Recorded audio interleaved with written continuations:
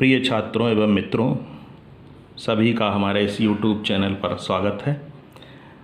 पिछले कालांश में आपने संस्कृत खंड के तृतीया पाठा पुरुषोत्तमा रामा के 5 श्लोकों का उच्चारण और अर्थ जाना था। आज हम उससे आगे बढ़ते हैं। 6 से 11 तक के श्लोकों का उच्चारण और अर्थ आज समझेंगे। छठा श्लोक। प्रजापति समः श्रीमान् धातारि पुनसूदनः रक्षिता जीवलोकस्य धर्मस्य परिरक्षिता। प्रजापति समः, प्रजापति के समान, राजा के समान, श्रीमान धातारि पुनसूदनः, शत्रुओं का नाश करने वाले। श्री राम प्रजापति के समान, राजा के समान, सभी के पालक, श्रीमान धाता, सभी के पालक और शत्रुओं का नाश करने वाले हैं। रक्षिता जीवलोकस्य, सभी संसार के सभी प्राणियों की रक्षा करने वाले हैं, संपूर्ण जीवलोक के रक्षक हैं। धर्मस्य परिरक्षिता, और धर्म की रक्षा करने वाले हैं। तो श्री राम राजा के समान सभी के पालक और रक्षक हैं, वे शत्रुओं का नाश करने वाले हैं, वे संपूर्ण जीवलोक के रक्षक तथा धर्म की रक्षा करने वाले हैं। अगला श्लोक। रक्षिता स्वस्य धर्मस्य स्वजनस्य च रक्षिता वेद वेदांग तत्तज्जो धनुर्वेदे च निष्ठिता। रक्षिता स्वस्य धर्मस्य, अपने धर्म की रक्षा करने वाले हैं, अपने धर्म के रक्षक हैं।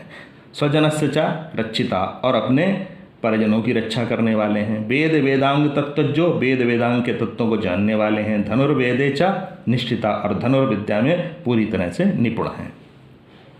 तो श्री राम, भगवान श्री राम अपने धर्म के रक्षक हैं, अपने परिजनों की रक्षा करने वाले हैं। वेद और वेदांग के तत्व को जानने वाले हैं और धनुर्विद्या में निपुण हैं। अगला श्लोक। सर्वशास्त्रार्थ तत्त्वज्ञः स्मृतिमान प्रतिभानवान सर्वलोक प्रिया साधुरनी आत्मा विचक्षण।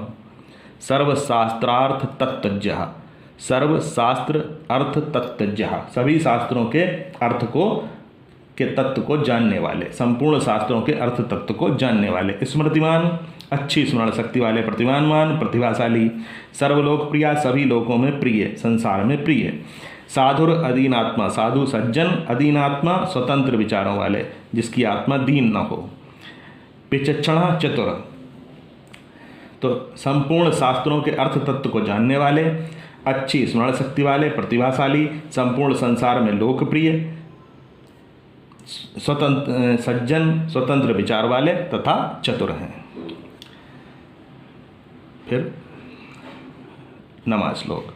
सचा नित्यं प्रशांतात्मा मृदुपूर्वं च भासते उच्चमानोऽपि पुरुषं नोत्तरं प्रतिपद्यते। प्रशांतात्मा, प्रशांत मन वाले। मृदुपूर्वं च भासते, मीठी बोली बोलने वाले। भासते, बोलते हैं।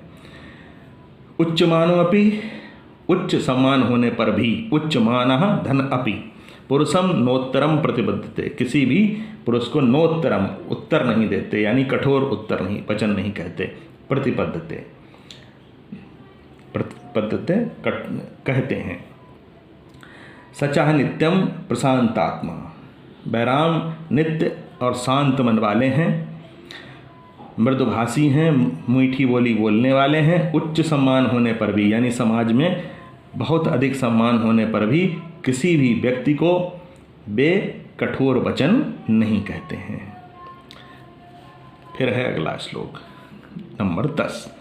कदाचित उपकारेण कृते नैकेन तुष्यति कदाचित धन उपकारेण कृतेन धन एकेन तुष्यति। कभी उपकार के द्वारा, कदाचित उपकारेण, कृतेनैकेन, कृतेन धन एकेन, एक किए जाने पर, एक के किए जाने पर, तुष्यति संतुष्ट हो जाते हैं। न स्मृत्य कारणम, स्मृति धन अकारणम, अपकारों को याद नहीं करते। अपकारणम, स्मृति धन अपकारणम, अपकारों को याद नहीं करते। शतम प्यात्म शक्तयः, सतम धन अपि धन आत्मशक्त्या, सतम धन अपि धन आत्मशक्त्या।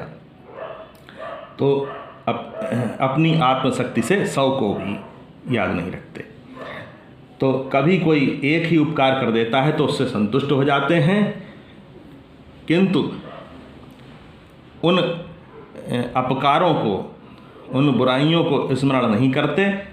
वे 100 अपकारों को भी अपनी आत्मशक्ति के कारण किसी के द्वारा किए गए 100 अपकारों को भी याद नहीं करते। यदि कभी कोई एक ही उपकार कर देता है तो उसी से संतुष्ट हो जाते हैं, किंतु अपनी आत्मशक्ति के कारण किसी के द्वारा किए गए 100 अपकारों को भी याद नहीं करते हैं।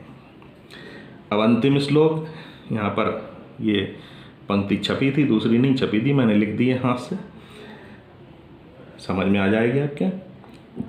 सर्व विद्याव्रत स्नातो यथावत सांग वेदित, अमोघ क्रोध हर्ष त्याग संयम कालवित। सर्व विद्याव्रत स्नातो, सभी विद्याओं में पारंगत, यथावत भली प्रकार से, सांग वेदित वेद के 6 अंगों के जानकार, अमोघ क्रोध हर्ष जिनका क्रोध और हर्ष कभी निष्फल न हो, त्याग संयम कालवित समय के जानकार, कालवित समय के जानकार, कब त्याग करना है कब संयम करना है उसके जानकार। तो श्री राम सभी विद्याओं में पारंगत हैं, उसी प्रकार वेदों के 6 अंगों के जानकार हैं, उनका क्रोध और हर्ष निष्फल न होने वाला है, वे त्याग और संयम के समय को जानने वाले हैं, अर्थात किस समय त्याग करना चाहिए और किस समय वस्तु का संग्रह करना चाहिए, इसको भली प्रकार जानते हैं। तो इस प्रकार से आपने अब ये पुरुषोत्तमा रामा पाठ के सभी श्लोकों का उच्चारण और अर्थ समझ लिया है। इनको आप सुनेंगे अच्छी तरह से और अपनी कॉपी पर इन श्लोकों को के अर्थ को लिखेंगे संदर्भ सहित, और संदर्भ एक ही बार लिखेंगे, पहली बार में संदर्भ लिख देंगे क्योंकि संदर्भ सभी श्लोकों का एक सा है, और सभी श्लोकों का अनुवाद लिखेंगे और सारे श्लोक कंठस्थ करेंगे। ये छात्रों के लिए आज के लिए इतना ही।